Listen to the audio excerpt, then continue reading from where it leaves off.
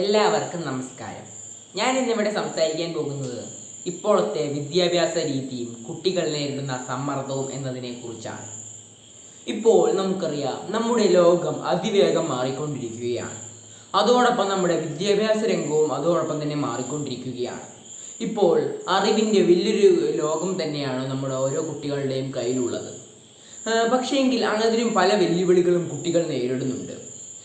നമുക്കറിയാം, ഇപ്പോഴത്തെ വിദ്യാഭ്യാസ രീതി എന്ന് പറയുമ്പോൾ കുട്ടികൾ റാങ്കിൽ ഉൾപ്പെടെ ഒന്നാമനാവാനും അതുപോലെ തന്നെ മാർക്കിനു വേണ്ടിയും ഓടുന്ന ഒരു കാലഘട്ടമാണ്. അപ്പോൾ കുട്ടികൾക്ക് പല സമ്മർദ്ദവും ഇതിലൂടെ ഉണ്ടാകുന്നുണ്ട്. അതിൽ നമ്മൾ ഒന്നാമതായി തന്നെ നോക്കുകയാണെങ്കിൽ പല പ്രതീക്ഷാഭാരം തന്നെയാണ് കുട്ടികൾക്കുള്ളത്.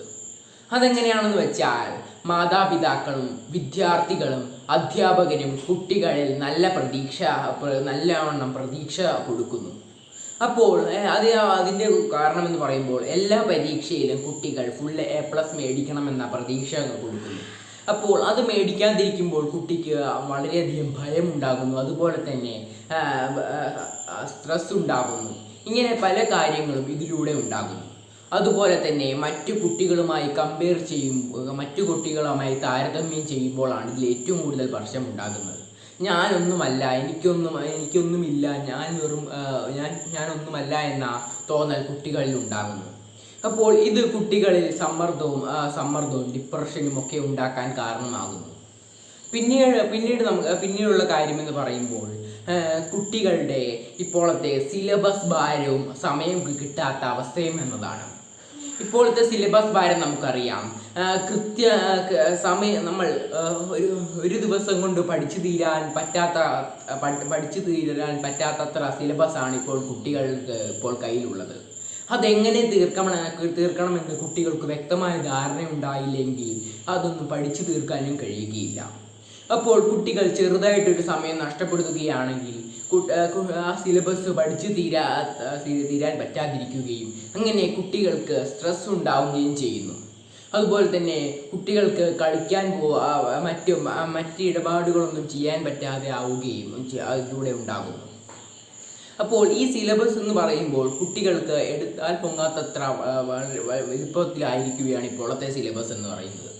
പിന്നീടുള്ള കാര്യമെന്ന് പറയുമ്പോൾ, കുട്ടികളുടെ കഴിവിനനുസരിച്ചുള്ള പ്രോത്സാഹനം ലഭിക്കുന്നില്ല എന്നതാണ്.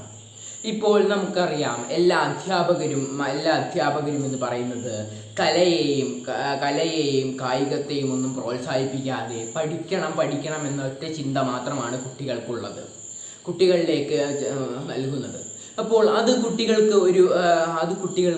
ഒരു സന്തോഷം ലഭിക്കാതെയും അതുപോലെ തന്നെ ഒരു സന്തോഷം ലഭിക്കാതിരിക്കുകയും ചെയ്യുന്നു. അപ്പോൾ കുട്ടികൾക്ക് പഠനത്തിൽ ശ്രദ്ധ ചെലുത്താൻ കഴിയാതെ ആവുകയും ചെയ്യുന്നു. അതുപോലെ തന്നെ നമുക്കറിയാം, ഇപ്പോൾ കുട്ടികളുടെ കളിസ്ഥലങ്ങളൊക്കെ ഇല്ലാതായിക്കൊണ്ടിരിക്കുകയാണ്. വലിയ ഗ്രൗണ്ടുകളൊക്കെ ഇപ്പോൾ അവിടെ നികത്തി വലിയ ഫ്ലാറ്റുകളും മറ്റ് പല ബിൽഡിങ്ങുകളും പണിയുകയാണ്. അപ്പോൾ കുട്ടികൾക്ക് ആകെ ലഭിക്കുന്ന ഒരു സന്തോഷം അതും കൂടെ ഇല്ലാതാകുമ്പോൾ കുട്ടികൾ ഡിപ്രഷനിലോട്ടുമൊക്കെ പോകുന്നു. അതിൻ്റെ ഫലങ്ങളായി നമുക്ക് കാണാൻ കഴിയും, നമ്മുടെ കേരളത്തിൽ പല ആത്മഹത്യകളും നമുക്ക് കാണാൻ കഴിയുന്നത് തന്നെയാണ്. അത് കുട്ടികൾ ഡിപ്രഷനിലോട്ട് പോകുമ്പോൾ നടക്കുന്ന ഒരു കാര്യമാണ്. പ്രതീക്ഷിച്ചത്ര മാർക്ക് ലഭിക്കാതിരിക്കുമ്പോഴും അതുപോലെ തന്നെ മറ്റുള്ളവരെ എങ്ങനെ മാർക്ക് കുറഞ്ഞുകൊണ്ട് മറ്റുള്ളവരെ എങ്ങനെ ഫേസ് ചെയ്യുമെന്ന ഭയം കൊണ്ടുമൊക്കെയാണ് ഇപ്പോൾ പല കുട്ടികളും ആത്മഹത്യ ചെയ്യുന്നതും. അത് നമ്മുടെ കേരളത്തിൽ തന്നെ റിപ്പോർട്ട് ചെയ്തിട്ടുമുണ്ടല്ലോ. അപ്പോൾ ഇതിലൂടെ നമുക്ക് എന്ത് മനസ്സിലാക്കാൻ കഴിയും? നമ്മുടെ ഈ വിദ്യാഭ്യാസ സമ്പ്രദായം മാറ്റേണ്ടത് അത്യാവശ്യം തന്നെയാണെന്ന്. കാരണം കുട്ടികൾ റാങ്കിന് വേണ്ടിയും മാർക്കിന് വേണ്ടിയും കാണാപ്പാഠം പഠിച്ച് മാത്രമാണ് മുൻപോട്ട് പോകുന്നത്. അത് ഒരിക്കലും ജീവിതത്തിൽ പ്രാവർത്തികമാക്കാൻ കഴിയുന്നില്ല. അപ്പോൾ പക്ഷേങ്കിൽ നമ്മൾ ഇപ്പോൾ നോക്കുകയാണെങ്കിൽ പല മാറ്റങ്ങളും കൊണ്ടുവരാൻ ഇപ്പോൾ നോക്കുന്നുണ്ട്. CBSEയിൽ തന്നെ നോക്കുകയാണെങ്കിൽ കുട്ടികളുടെ സ്ട്രെസ് ഡിപ്രഷനും കുറയ്ക്കാൻ വേണ്ടി 2 പരീക്ഷകളാണ് അവർ നടത്തുന്നത്. അത് നല്ലൊരു കാര്യം തന്നെയാണ്. കാരണം കുട്ടികൾക്ക് ഒരു പരീക്ഷയിൽ മാർക്ക് കുറയുകയാണെങ്കിൽ അടുത്ത പരീക്ഷയിൽ നല്ലവണ്ണം പഠിച്ച് ആ മാർക്ക് നേടിയെടുക്കാൻ കഴിയും. അങ്ങനെ കുട്ടികൾക്ക് ഒരു സ്ട്രെസ് ഉണ്ടാകുന്നില്ല. അതുപോലെ തന്നെ കുട്ടികൾ ടെൻഷൻ ഫ്രീ ആയിട്ടുമായിരിക്കും ആ പരീക്ഷകൾ എഴുതുക. ഇപ്പോൾ ഇങ്ങനെ പല മാറ്റങ്ങളും പല CBSE-യിലായാലും സ്റ്റേറ്റ് സിലബസിലായാലും ഇപ്പോൾ മാറ്റങ്ങൾ കൊണ്ടുവന്നുകൊണ്ടിരിക്കുകയാണ്. അപ്പോൾ ഇങ്ങനെ മാറിയില്ല എങ്കിൽ നമ്മുടെ കുട്ടികളുടെ ആത്മഹത്യാ എണ്ണം വർദ്ധിക്കുമെന്നതിലൊരു സംശയവും ഉണ്ടാവുകയില്ല. നമുക്കറിയാം, നമ്മുടെ കേരളത്തിൽ തന്നെ ഉദാഹരണമാക്കി എടുക്കാവുന്നത് തന്നെയാണിത്. റിസൾട്ട് വരുന്നതിൻ്റെ പിറ്റേ ദിവസം ആത്മഹത്യ ചെയ്തവർ, അതുപോലെ തന്നെ റിസൾട്ട് വന്നിട്ട് ഒരു പ്രതീക്ഷത്ര മാർക്ക് ലഭിക്കാത്തവർ എന്നിങ്ങനെയാണ് നമ്മുടെ കേരളത്തിലും റിപ്പോർട്ട് ചെയ്തിട്ടുള്ളത്. അപ്പോൾ നമ്മൾ മാതാപിതാക്കളും അധ്യാപകരും അതുപോലെ തന്നെ സമൂഹത്തിലുള്ള ആൾക്കാരും ചെയ്യേണ്ടത് പറയുമ്പോൾ കുട്ടികളെ ഒരിക്കലും മറ്റുള്ളവരെ വെച്ച് കമ്പയർ ചെയ്യാൻ പാടില്ല എന്നതാണ്. അത് അവർക്ക് വളരെയധികം വിഷമം ഉണ്ടാക്കുകയും അതുപോലെ തന്നെ